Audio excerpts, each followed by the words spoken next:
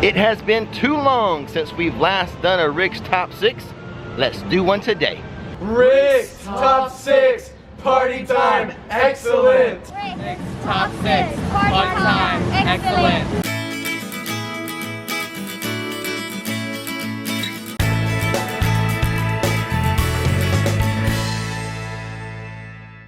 But before we begin, we publish theme park videos on this channel all the time. So hit that subscribe button and that bell notification button so you'll know when another video is ready for you to view.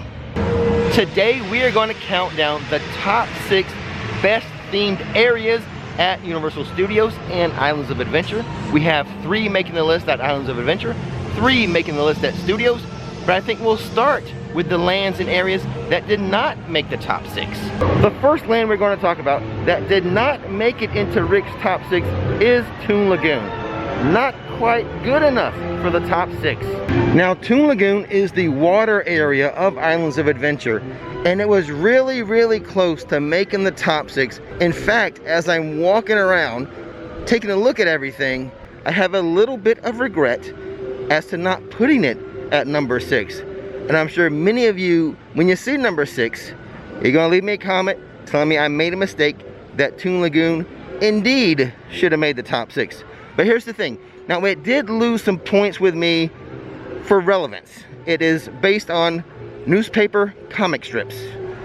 Newspapers, do people read newspapers anymore? I know readership was in decline when I worked at the newspaper, and that was like 12 years ago or longer.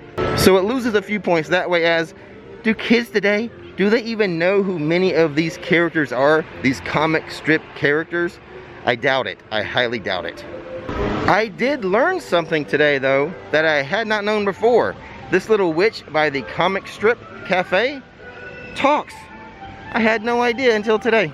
This witch doesn't know which way is which.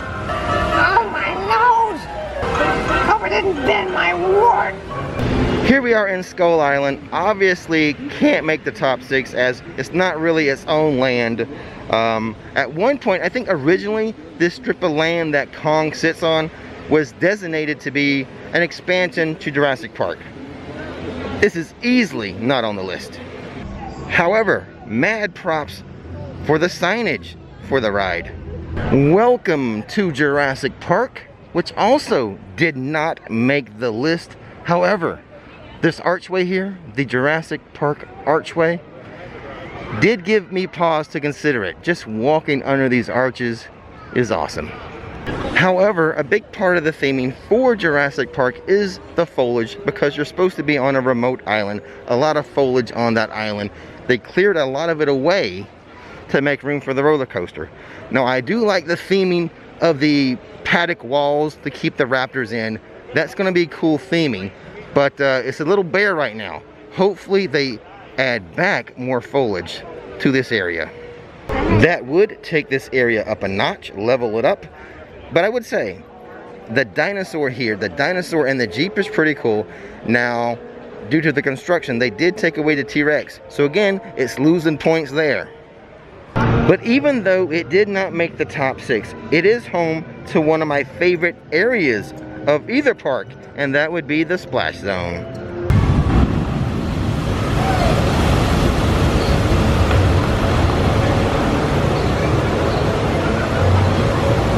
So I'm sure many of my longtime viewers, you're anxious to see, where did the Lost Continent and Poseidon's Fury end up on the list? Did it make the top 6? Finally a positive top 6 for this area? No, it did not. Now I will give credit where credit is due. The outside facade of Poseidon's Fury is amazing. Top notch for a attraction facade. Not enough to carry the whole land into the top 6 though.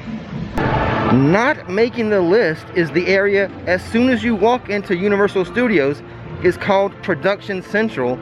Basically, to me, has no theming. Unless the theming is studios, sound stages, something like that.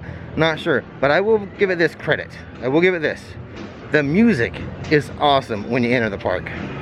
It looks pretty cool and all, but the area of New York did not make the cut. It is not one of the top 6 themed areas at Universal. I mean, it is pretty good though. I do enjoy it. Real fast, not making the list would be the Woody Woodpecker Kid Zone. Nothing outstanding in here worthy of a top 6 spot. Also, MIB. I love the World Fair Towers. Not enough for a top 6. And then San Francisco. All we have is this sign. Not worthy of making the list in the top 6. Okay, let's start the countdown with item number 6 of the best themed areas at Universal Studios or Islands of Adventure. That's going to be Hollywood Boulevard. So I already know that you've seen the items that didn't make the cut. And I'm sure you're questioning maybe 1 or 2 of those items should have been at number 6 instead of Hollywood Boulevard. I'm going to argue that this is one of the prettiest areas of the park. I don't know if this is neoclassical, Art Deco, or what the look is, but it's something. Classic Hollywood look. I love the tall palm trees. I love just walking down this area of the park. So for that reason, I put it at item number 6. You may disagree. Let me know in the comments below. Should this be at number 6? Or should one of the items not making the list, should that have been at number 6? This area also has some good meet and greets. You got Scooby and the gang, and of course, the lovely Marilyn Monroe. How could I not love Hollywood Boulevard? Come in, people. Oh no, stay back, boys. Gorgeous, keep that bullet focus.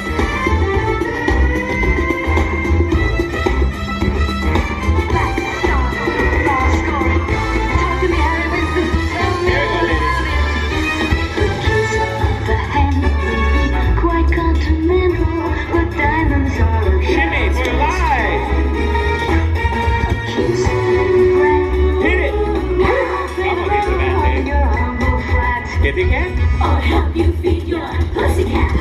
Let's roll on, let's roll on, and we all lose our charms at the end. That's you, Marilyn. Close up. Ooh, such beauty. All right, get ready.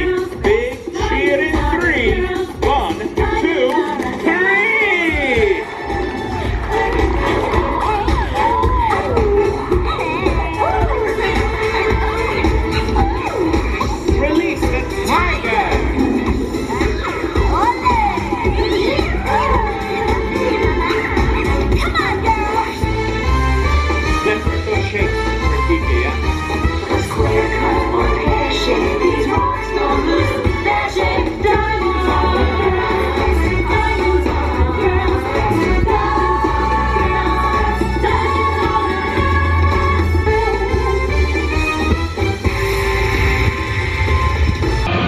Coming in at number 5, Marvel Superhero Island.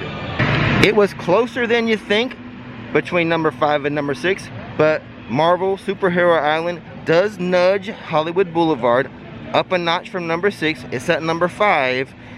The thing that stands out, there's a couple things. First, the whole land is designed to look like a comic book.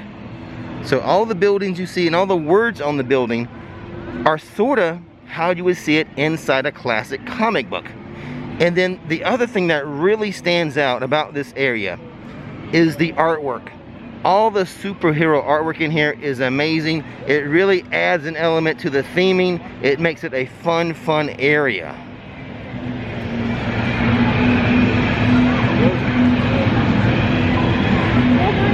And then lastly, I don't know if this technically qualifies as theming, but Marvel Superhero Island has a great energy to it.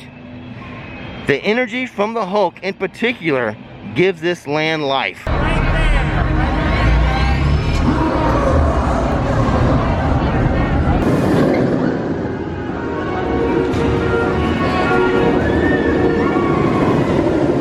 And then of course all the other rides. So you have people coming off of Doctor Doom, coming out of Spider-Man, all excited and pumped, coming off the Hulk, all jacked up. So that sort of adds to the ambiance of the land. But even without that, if you just look at the theming, the way it relates to comic books, and the tremendous artwork of the superheroes, this deserves to be at least number 5. Some of you may say I'm crazy for having it this low. Coming in at number 4 on today's countdown of best themed areas almost making it to number 3, just not quite good enough in my opinion, would be the Springfield area of Universal. Some features that I like about this area of the park: the signage for Springfield, of course, and I love the Bumblebee Man's tacos and the Lard Lad Donuts statue. Those are amazing as well. Also, I love seeing the outside facade of Krusty Burger. Makes me feel like I'm in Springfield. I love Chief Wiggum and his donut, and his police car crashed into the fire hydrant. The statue of Jebediah Springfield. And as we move down the street, we have Duff's Brewery on one side of the street, and we pan around right across the street, Moe's. How can you not love it? And here's my buddy, the Duff Man. Some say we look alike. I don't get the resemblance. So he wears a hat, he has glasses, a lot of yellow with him. Okay, maybe I see a little bit. I used to have muscles, but then I became a vlogger. Looking at the Quickie Mart, it's almost as if I'm inside an episode of The Simpsons. And then when you're done with Springfield, you walk right into Krusty Land. Yeah, that's a little bonus. Just when you think you're done with The Simpsons, Krusty Land and this big clown head. Into Seuss Landing, which made the list at number 3 on today's countdown. It was a close contest for number 3 between Seuss Landing and Springfield. I flip-flopped a few times.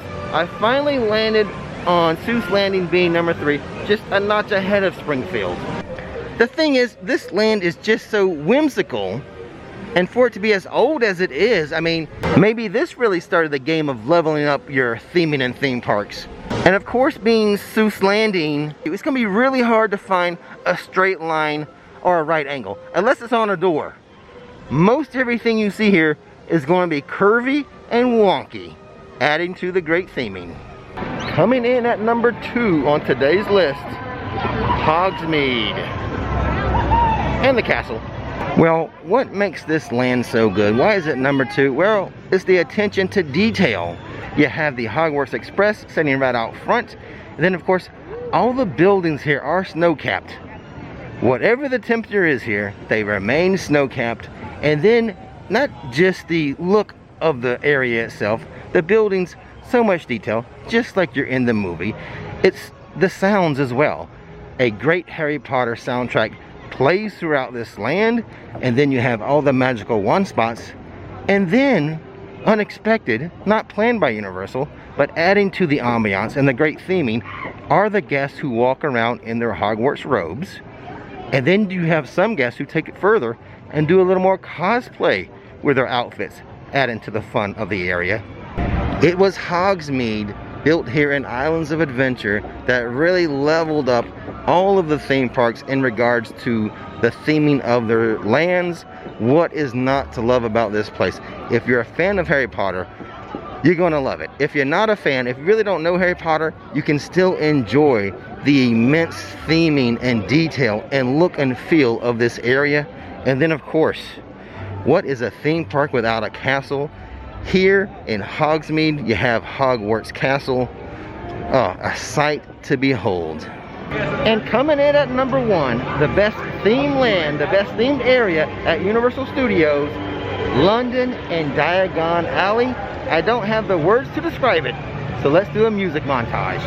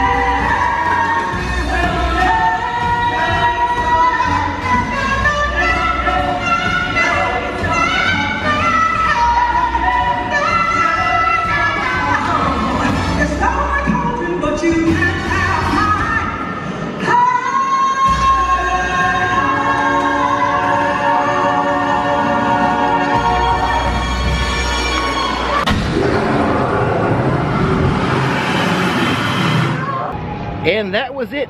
That was the #1 themed land or area at Universal Studios and Islands of Adventure, and that's the complete list. Agree, disagree, that is what the comment section is for. And as always, don't miss the magic, don't miss the fun. Thanks for watching Rix Flix, and now it's time to relax. Hello new Flixsters, and welcome to the team. Zachary S. as a new vice president, Tim and Kim Lilly as executive producers, William Moore as a producer, Richard Paulin producer, Tiffany Savage and Maddie Hawk as producers. Thank you guys so much for supporting the team.